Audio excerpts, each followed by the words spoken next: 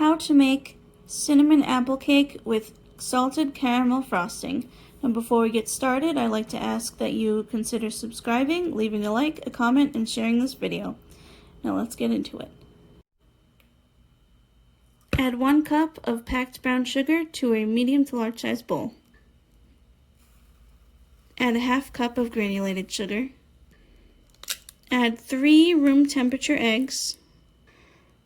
Add 3/4 of a cup of a flavorless oil, such as like a vegetable oil. Add 3/4 of a cup of unsweetened applesauce. And 1 teaspoon of vanilla extract. Beat with a hand mixer until smooth and well combined. Add 3 cups of flour.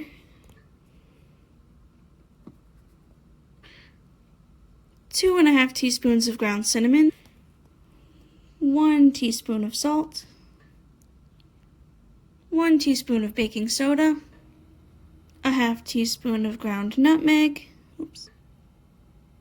And a 1/4 teaspoon of allspice. Mix on low speed until just barely combined. Flour streaks are a necessity. Don't mix in the whole way. Leave some flour streaks. Once you got some flour streaks going, we're going to stop mixing and put this aside for a minute so we can work on our apples.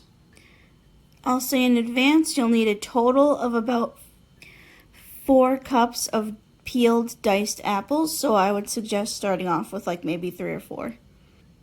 If you have extra, that's okay. You can toss it in some cinnamon sugar and have it as a snack.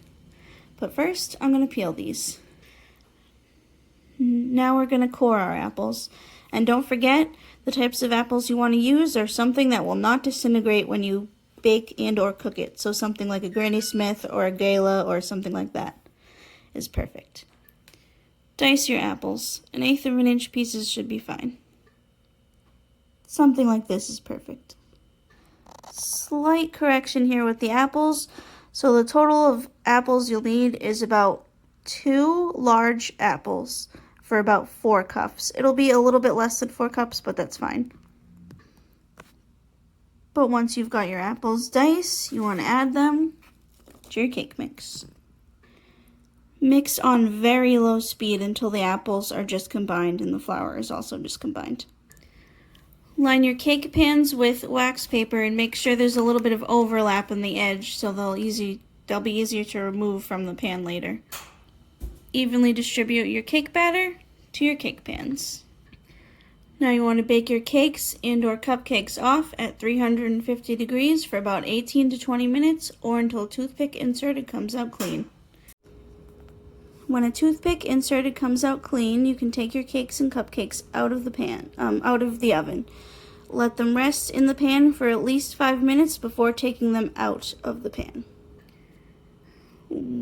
While our cakes are cooling down, we're going to start making our caramel frosting, and first we're going to make our caramel sauce. In a small pan, combine 3/4 cup of sugar with 6 tablespoons of water. Bring this mixture to a boil. When your mixture comes to a boil, you're going to leave it boiling for about 10 to 12 minutes or until a nice amber color forms. Do not ever leave this caramel unattended. Stand over the stove because this can get bad real fast. The minute it turns a nice amber color, you want to take it off the heat. When you have a nice amber color, you're going to add 3/4 of a cup of heavy cream and 2 teaspoons of vanilla extract. Mix with a wooden spoon until well combined. Well combined and smooth. Once your caramel is smooth, you want to chill it in the fridge for at least 30 minutes. Now we're going to work on our caramel frosting. In a medium-sized bowl, you're going to add 2 sticks plus 2 tablespoons or 18 tablespoons of butter. Add 1 teaspoon of salt and beat with your mixer until light and fluffy.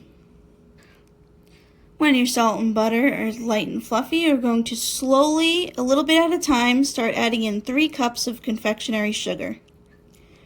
When all your confectionery sugar has been mixed in, you're going to slowly, a little bit at a time, mix in your caramel.